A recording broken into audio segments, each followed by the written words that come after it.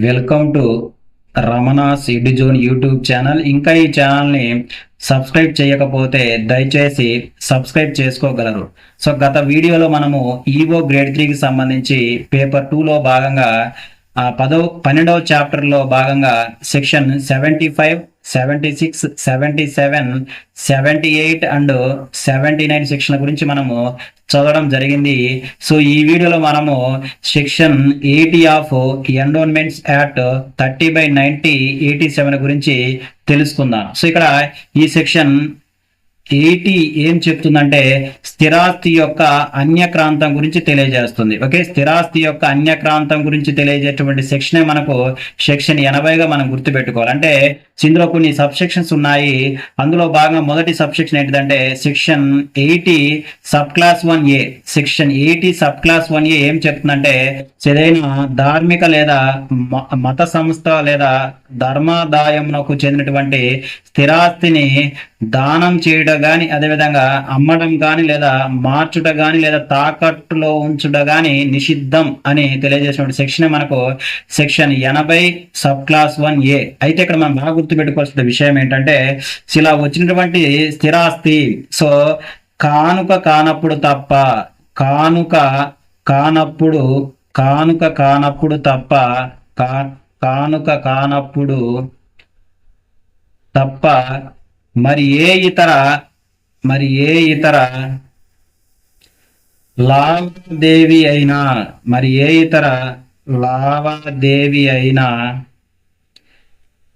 Commissioner పూర్వ అనుమతితో ప్రభావితమైతే తప్ప చెల్లదు అని. అంటే ఇక్కడ మనం బాగా గుర్తుపెట్టుకోవాల్సిన విషయం ఏంటంటే ఏదైనా ధార్మిక లేదా మత సంస్థ లేదా ధర్మాదాయంకు సంబంధించినటువంటి స్థిరాస్తిని దానం చేయడమైనా, అదేవిధంగా అమ్ముట కానీ లేదా మార్చుట కానీ తాకట్లో ఉంచడం అనేది నిషిద్ధం. అయితే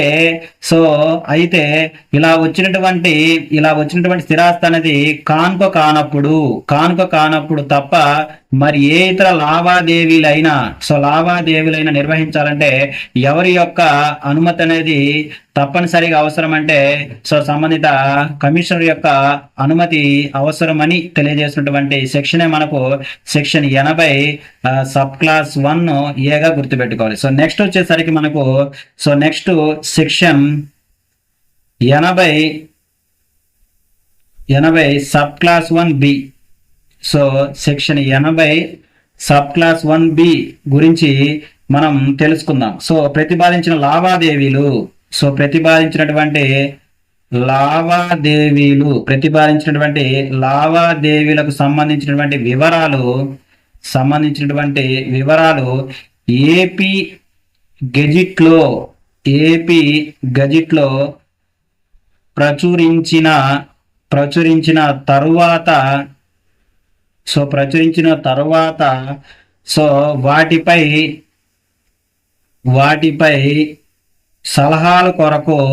వాటిపై సలహాల కొరకు ట్రస్టీ నుండి గాని దీనిలో ఆసక్తి ఉన్న మరి ఏ ఇతర వ్యక్తి నుంచి గాని సలహాలను కోరవచ్చును.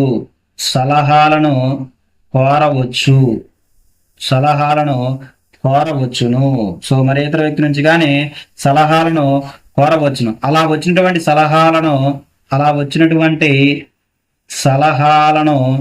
సలహాలను పరిశీలించిన తరువాత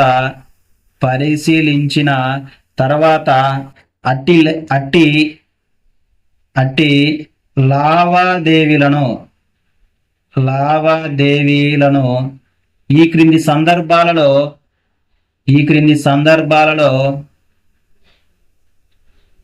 సందర్భాలలో అనుమతించవచ్చును. వచ్చును. అంటే ఇక్కడ మనం బాగా గుర్తుపెట్టుకోవాల్సిన విషయం ఏంటంటే సెక్షన్ 80 సబ్ క్లాస్ 1B ఏం చెప్తుందంటే పైన తెలిపినటువంటి లావాదేవీలను ఏపీ గెజెట్ లో ప్రచురించిన తర్వాత వాటిపై సలహాలను కోరుటకు ట్రస్టీ నుంచి కానీ లేదా అందులో ఆసక్తి ఉన్న మరి ఏ ఇతర వ్యక్తుల నుంచి సలహాలు కోరవచ్చు. అలా ఇచ్చినటువంటి సలహాలను పరిశీలించిన తర్వాత అటు లావాదేవీలను ఈ క్రింది సందర్భాలలో కమిషనర్ గారు అనుమతించవచ్చని గుర్తుపెట్టుకోవాలి. ఆ క్రింది సందర్భాల్లో మనం ఒకసారి గమనించినట్లయితే అలా అలా ఉన్నటువంటి స్థిరాస్తి అలాంటి స్థిరాస్తికి సంబంధించినటువంటి లావాదేవీలు లాభసాటి అయినప్పుడు లాభసాటి అని భావించినప్పుడు అంటే ఆ స్థిరాస్తికి సంబంధించినటువంటి అమ్మకాలు కావచ్చు కొనుగోలు కావచ్చు లాభసాటి అని భావించినప్పుడు కమిషనర్ అనుమతిస్తారని గుర్తుపెట్టుకోవాలి. అదేవిధంగా ఆ సంస్థ యొక్క స్థిరాస్తి నుంచి ఎటువంటి లాభం లేనప్పుడు ఫర్ ఎగ్జాంపుల్ ఒక ధార్మిక సంస్థ లేదా మత సంస్థకు స్థిరాస్తి ఉందనుకోండి, ఆ స్థిరాస్తి వల్ల ఎటువంటి లాభం లేదు.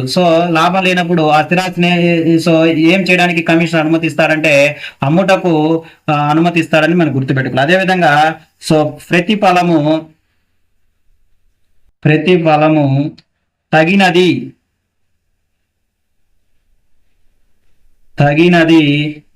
అని కమిషనర్ భావించినప్పుడు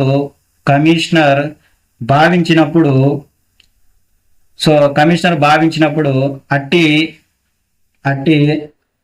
లావాదేవీలకు అనుమతించవచ్చును అని ఈ సెక్షన్ 80 సబ్ క్లాస్ 1B తెలియజేస్తుంది. అంటే ఇక్కడ సెక్షన్ 80 సబ్ క్లాస్ 1B ఏం తెలియజేస్తుందంటే ఏవైతే మనము ఒక స్థిరాస్తికి సంబంధించినటువంటి లావాదేవీల వివరాలు ఏపీ గెజెట్ లో ప్రచురించిన తర్వాత వాటిపై సలహాలను ట్రస్టీ నుంచి కానీ మరియు ఏ ఇతర వ్యక్తి నుంచి కానీ సలహాలను కోరవచ్చు కమిషనర్ గారు. అలా వచ్చినటువంటి సలహాలను పరిశీలించిన తర్వాత అట్టి లావాదేవీలను కొన్ని సందర్భాలలో ఏం చేయొచ్చు, అనుమతించవచ్చు. అటువంటి లావాదేవీలు మనకు లాభసాటి అని భావించినప్పుడు, అదేవిధంగా అటువంటి స్థిరాస్తి ఏవైతే స్థిరాస్తి ఉందో ఆ స్థిరాస్తి నుంచి ఎటువంటి లాభం లేనప్పుడు, అదేవిధంగా ఆ లావాదేవీల వల్ల వచ్చినటువంటి ప్రతిఫలము తగినది అని కమిషనర్ భావించినప్పుడు అటువంటి లావాదేవీలకు కమిషనర్ గారు అనుమతించవచ్చని తెలియజేసుకోవాలి అని తెలుసుకోవాలి. అదేవిధంగా next section 80 sub class 1C గురించి మనం చూద్దాం. Next section 80 sub class 1C ఏం చెప్తుందంటే ఇక్కడ సెక్షన్ 80 సబ్ క్లాస్ 1B క్రింద కమిషనర్ మంజూరు చేసినటువంటి కమిషనర్ ద్వారా మంజూరు చేయబడిన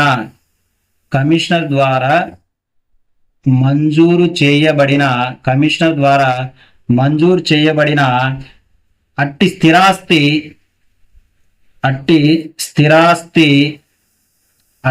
స్థిరాస్తి యొక్క ప్రతి విక్రయము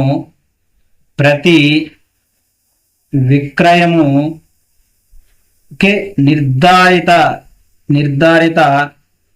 కాల పరిమితిలో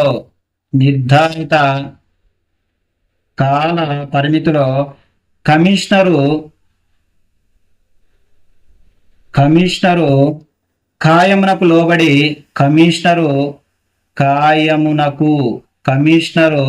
కాయమునకు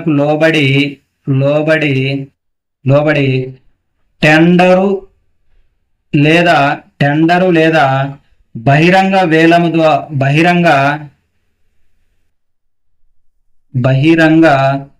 వేలముగా అమలు చేయబడుతుంది.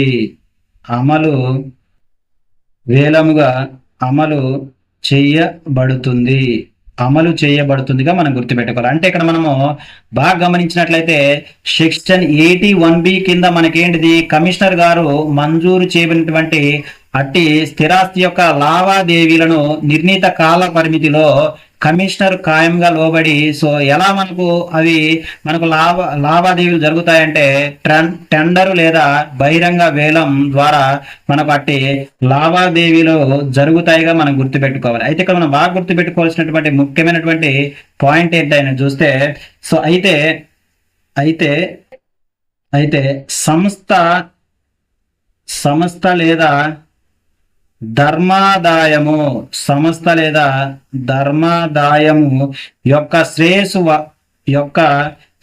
కొరకు శ్రేయస్సు కొరకు వ్రాతపూర్వకంగా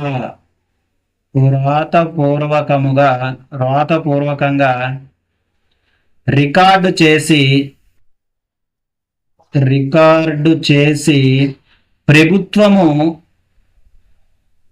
ప్రభుత్వము స్థిరాస్తి విక్రయము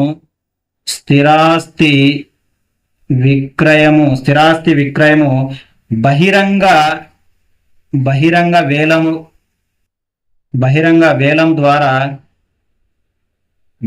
వేలం ద్వారా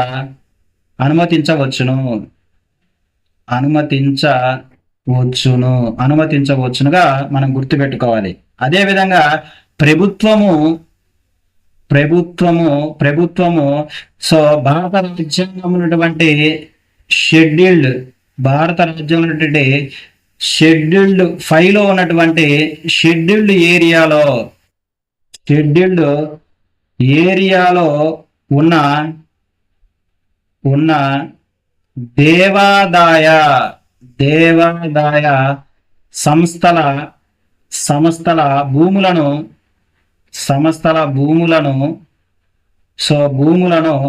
బహిరంగ వేలం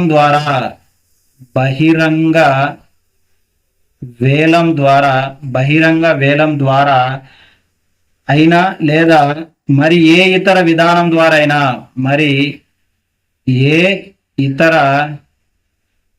విధానం ద్వారా అయినా కొనుగోలు చేసి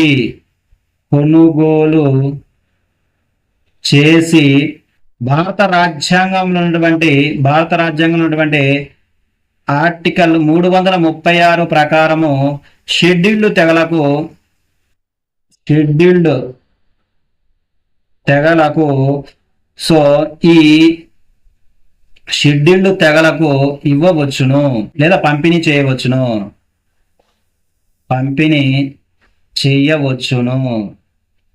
అని తెలియజేసినటువంటి సెక్షన్ మనకు సెక్షన్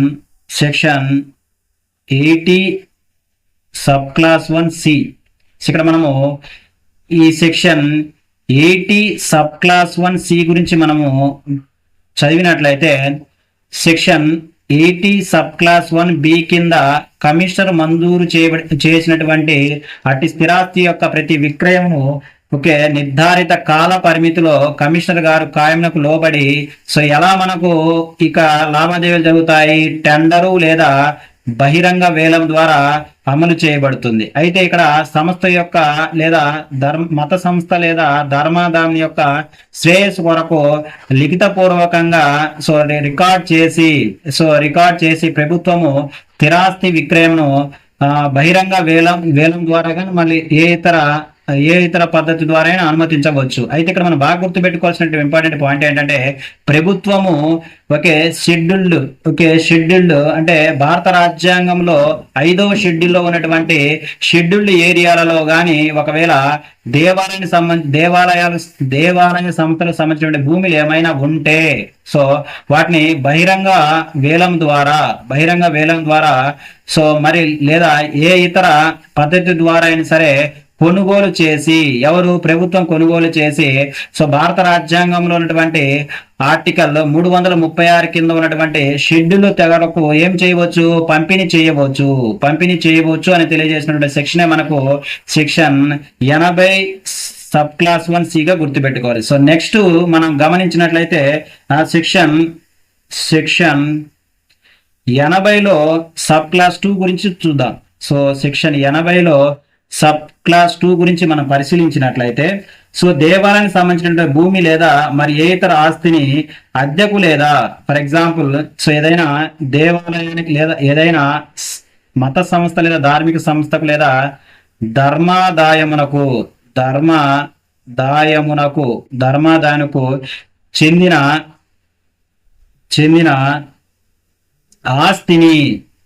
చెందినటువంటి ఆస్తిని అద్దెకు లేదా లీజుకు తీసుకున్న వ్యక్తి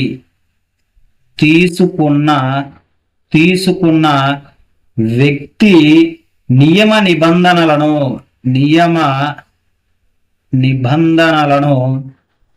పాటించని ఎడల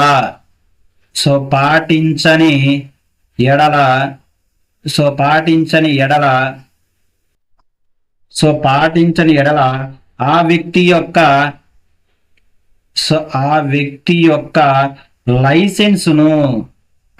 యొక్క లైసెన్సును రద్దు చేయమని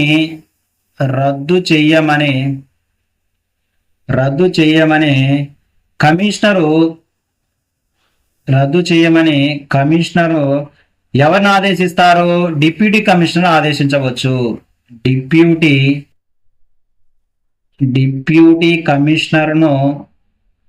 కమిషనర్ని ఆదేశించవచ్చును. ఆ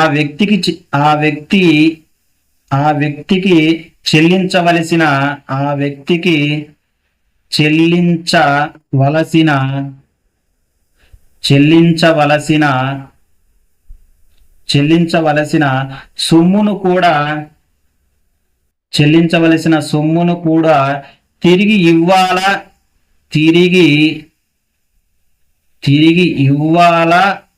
లేదా వద్దా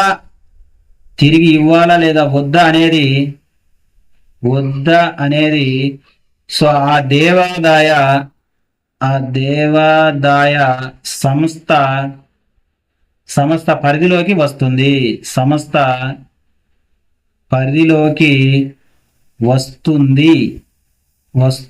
అంటే ఇక్కడ మనం బాగా గుర్తుపెట్టుకోవాల్సినటువంటి విషయం ఏంటంటే, సో ఏదైనా ఇక్కడ మనం దేని గురించి చదువుతున్నాము?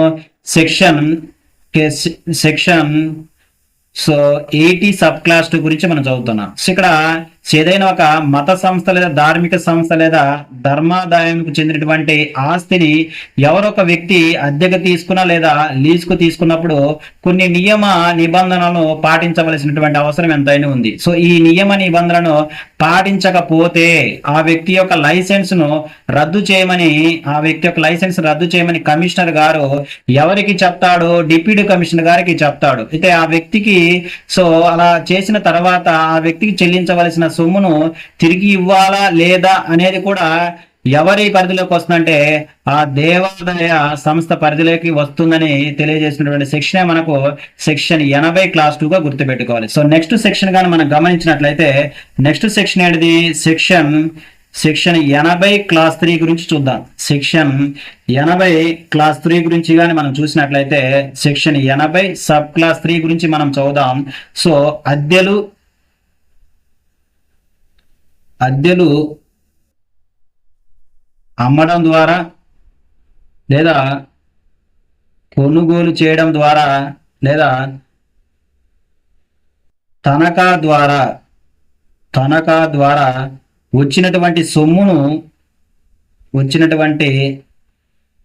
సొమ్మును వినియోగించుకునే అధికారము చాలా చాలా ఇంపార్టెంట్ అండి. వినియోగించుకునే అధికారము ఎవరికి ఉంటుంది? ట్రస్టీ దగ్గర ఉంటుంది. వినియోగించుకునే అధికారం ఎవరికి ఉంటుందంటే ట్రస్టీ దగ్గర ఉంటుంది. కాకపోతే ఇక్కడ మనము వినియోగించుకోవాలంటే ఎవరి యొక్క అనుమతి అవసరం అంటే కమిషనర్ యొక్క అనుమతి మేరకు ఈ ట్రస్టీ అనేది వినియోగించుకుంటే గుర్తుపెట్టుకోవాలి. సో దాని గురించి మనం తెలియజేసినటువంటి సెక్షనే మనకు సెక్షన్ 80 క్లాస్ 3 గా గుర్తుపెట్టుకోవాలి. అంటే సెక్షన్ 80 క్లాస్ 3 ఏం చెప్తుందంటే సో ఏదైనా ఒక మత సంస్థకు లేదా ధార్మిక సంస్థకు లేదా ధర్మాదాయానికి చెందినటువంటి స్థిరాస్తికి సంబంధించి అద్దెల ద్వారా కానీ అమ్మడం ద్వారా కానీ కొనుగోలు చేయడం ద్వారా లేదా వాటిని తనఖా ద్వారా కానీ తనఖా ద్వారా వాటికి సంబంధించి తనఖా ద్వారా వచ్చినటువంటి సొమ్మును వినియోగించుకునే అధికారం ఎవరికి ఉంది? ట్రస్టీకి ఉంటుంది. కానీ అలా వినియోగించుకోవాలంటే ఎవరి యొక్క పూర్వ అనుమతి అవసరమయ్యంటే సో సంబంధిత కమిషనర్ యొక్క పూర్వ అనుమతి అవసరమని తెలియజేసినటువంటి సెక్షనే మనకు సెక్షన్ 80 సబ్ క్లాస్ 3గా గుర్తుపెట్టుకోవాలి. సో నెక్స్ట్ సెక్షన్ గాని గమనించినట్లయితే సో నెక్స్ట్ సెక్షన్ ఏంటిది? సెక్షన్ 80 సబ్ క్లాస్ 4 గురించి చూద్దాం. సెక్షన్ 80 సబ్ క్లాస్ 4 ఏం చెప్తుంది అంటే కమిషనర్ తీసుకున్న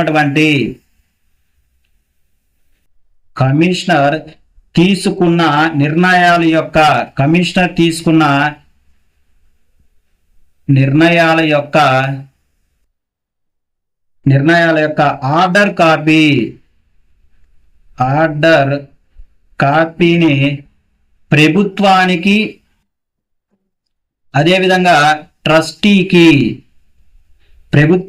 అదేవిధంగా ట్రస్టీకి నిర్ధారించిన రీతిలో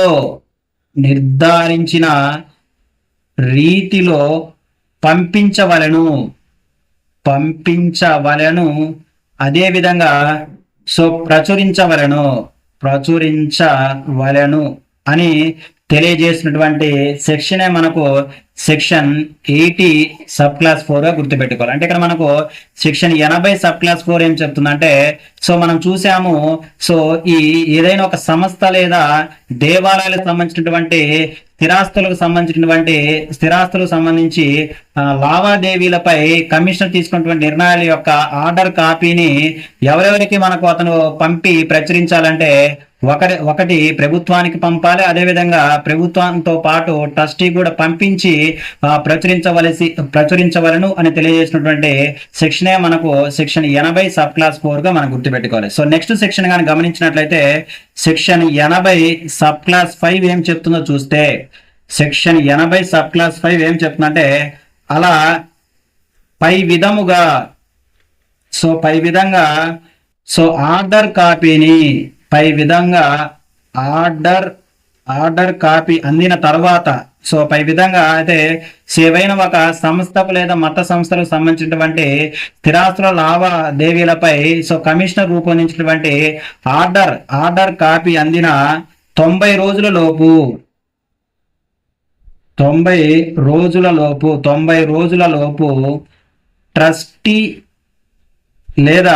ట్రస్టీ లేదా మరి ఏ ఇతర వ్యక్తి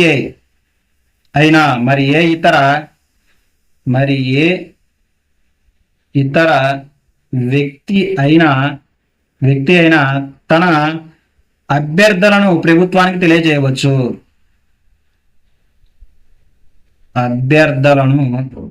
ఎవరికి తెలియజేయవచ్చు?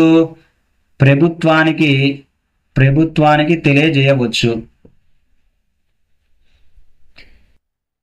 తెలియజేయవచ్చును అని తెలుపుతున్నటువంటి సెక్షనే మనకు సెక్షన్ 80 సబ్ క్లాస్ 5. అంటే ఏదైనా ఒక సంస్థకు లేదా దేవాలయానికి సో ఉన్నటువంటి స్థిరాస్తిపై లావాదేవీలకు సంబంధించినటువంటి నిర్ణయాలను ఒక ఆర్డర్ కాపీ ద్వారా ప్రభుత్వానికి అదేవిధంగా ట్రస్టీకి నిర్ధారించిన రీతిలో పంపించవలను అదేవిధంగా ప్రచురించవలను అని తెలియజేసినటువంటి సెక్షనే మనకు సెక్షన్ 80 క్లాస్ 4. అయితే ఇక్కడ సెక్షన్ 80 క్లాస్ 5 ఏం చెప్తుందంటే అలా పంపించినటువంటి ఆర్డర్ కాపీ ప్రభుత్వానికి వచ్చిన సందర్భంలో 90 రోజుల లోపు అంటే పై విధంగా కమిషనర్ ఆర్డర్ పంపిన తర్వాత లేదా పంపించిన తర్వాత 90 రోజుల లోపు చాలా ఇంపార్టెంట్ 90 రోజుల లోపు ట్రస్టీ లేదా మరి ఏ ఇతర వ్యక్తి అయినా తన అభ్యర్థులను ఎవరికి తెలియజేయాలి? ప్రభుత్వానికి తెలియజేయాలి. సో ఎన్ని రోజుల లోపు? అలా ఆర్డర్ కాపీ అందిన 90 రోజుల లోపు ట్రస్టీ లేదా మరి ఏ ఇతర వ్యక్తి అయినా తన అభ్యర్థులను ఎవరికి తెలియజేయవచ్చు అంటే ప్రభుత్వానికి తెలియజేయవచ్చు అని తెలుపుతున్నటువంటి సెక్షనే మనకు సెక్షన్ 80 సబ్ క్లాస్ 5గా మనం గుర్తుపెట్టుకోవాలి. అయితే ఇక్కడ నెక్స్ట్ సెక్షన్ కానీ గమనించినట్లయితే సెక్షన్ 80 సబ్ క్లాస్ 6 గురించి చూద్దాం. సో నెక్స్ట్ సెక్షన్ ఏం చెప్తుంది? సో నెక్స్ట్ సెక్షన్ అయినటువంటి సెక్షన్ 80 సబ్ క్లాస్ 6 ఏం చెప్తుందంటే ఈ కమిషనర్ తీసుకున్న సో వేటిపైన తీసుకున్నటువంటి నిర్ణయాలు, ఏదైనా ఒక సంస్థ లేదా ధర్మాదాయంకు సంబంధించి స్థిరాస్తిపై లావాదేవీల విషయాలలో కమిషనర్ తీసుకున్నటువంటి నిర్ణయాన్ని ప్రభుత్వం పరిశీలించవచ్చు.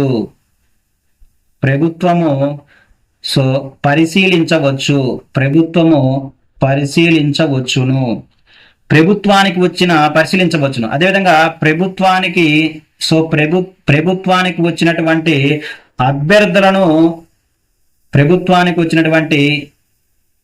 అభ్యర్థనలను దృష్టిలో ఉంచుకొని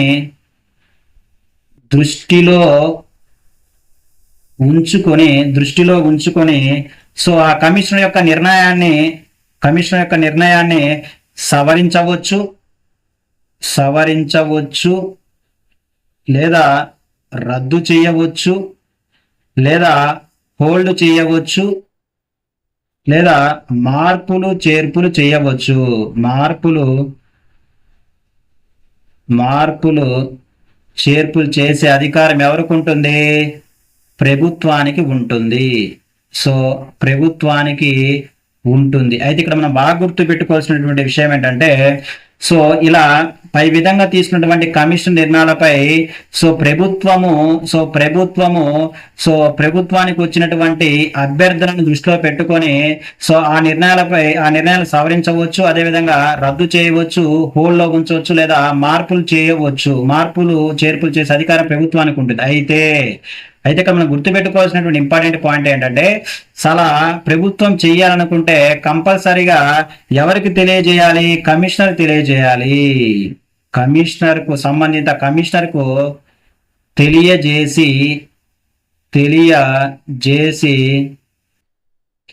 తెలియజేసి పైన తెలిపిన విధముగా మార్పులు చేర్పులు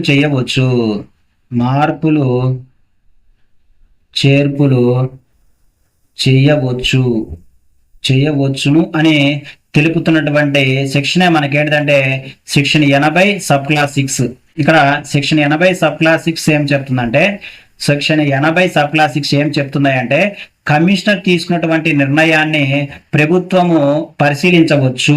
అంటే ఏదైతే మనకు సో కమిషనరు తన యొక్క ఆర్డర్ కాపీ ఎవరికి ఇస్తారు? ప్రభుత్వానికి, అదేవిధంగా ట్రస్టీకి అందజేస్తాడు.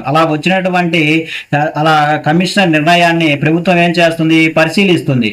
సో ఈ ప్రభుత్వానికి వచ్చినటువంటి అభ్యర్థనను దృష్టిలో ఉంచుకొని ఇలా కమిషనర్ తీసుకున్నటువంటి నిర్ణయాన్ని సవరించవచ్చు లేదా పూర్తిగా రద్దు చేయవచ్చు లేదా హోల్డ్ లో పెట్టవచ్చు లేదా కొన్ని మార్పులు చేర్పులు చేయవచ్చు. అయితే ఇక్కడ మనం చేసే అధికారం ఎవరికి ఉంటుంది? ప్రభుత్వానికి ఉంటుంది. సో ఇలా ప్రభుత్వం చేసే ముందు సంబంధిత కమిషనర్ కు తెలియజేసి మార్పులు చేర్పులు చేయాల్సినటువంటి అవసరం ఉందని తెలుపుతున్నటువంటి సెక్షనే మనకు సెక్షన్ 80 క్లాస్ 6 గా మనం గుర్తుపెట్టుకోవాలి. నెక్స్ట్ సెక్షన్ 80 క్లాస్ 7 ని మనం గుర్తుపెట్టుకున్నట్లయితే సెక్షన్ 80 క్లాస్ 7 ఏం చెప్తుందంటే కమిషనర్ నిర్ణయం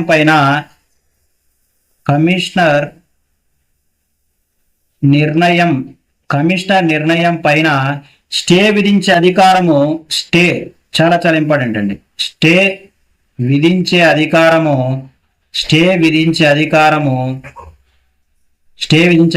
ఎవరికి ఉంటుంది? ప్రభుత్వానికి ఉంటుంది. చాలా చాలా ఇంపార్టెంట్. ప్రభుత్వానికి ఉంటుంది అని తెలియజేసే సెక్షనే మనకు సెక్షన్ 80 సబ్ క్లాస్ 7 గా గుర్తుపెట్టుకోవాలి. సెక్షన్ 80 సబ్ క్లాస్ 7 ఏం చెప్తుందంటే కమిషనర్ నిర్ణయం పైన స్టే విధించే అధికారము ఈ ప్రభుత్వానికి ఉంటుంది అని తెలియజేసినటువంటి సెక్షనే మనకు సెక్షన్ 80 సబ్ క్లాస్ 7 గా గుర్తుపెట్టుకోవాలి. సో నెక్స్ట్ మనకు సెక్షన్ 80 సబ్ క్లాస్ 8 గురించి గమనించినట్లయితే సో ఈ పైన చెప్పినటువంటి నియమ నిబంధనలు కొన్నిటికి మినహాయింపు ఉంది. ఆ మినహాయింపే ఈ సెక్షన్ 80 సబ్ క్లాస్ 8 గా మనం గుర్తుపెట్టుకోవాలి. సో దీని గురించి మనము లోతుగా వెళ్ళినట్లయితే భక్తులకు సౌకర్యాలు భక్తులకు సౌకర్యాలు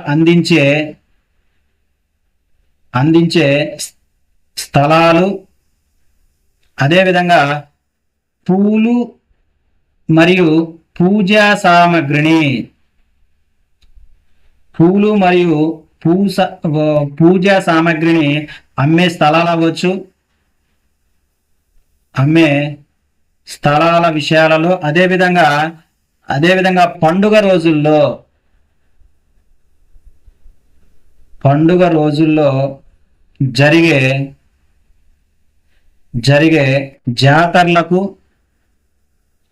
జాతరులకు, అదేవిధంగా ఉత్సవాలకు, తిరునాళ్లకు కేటాయించిన స్థలాలకు పైన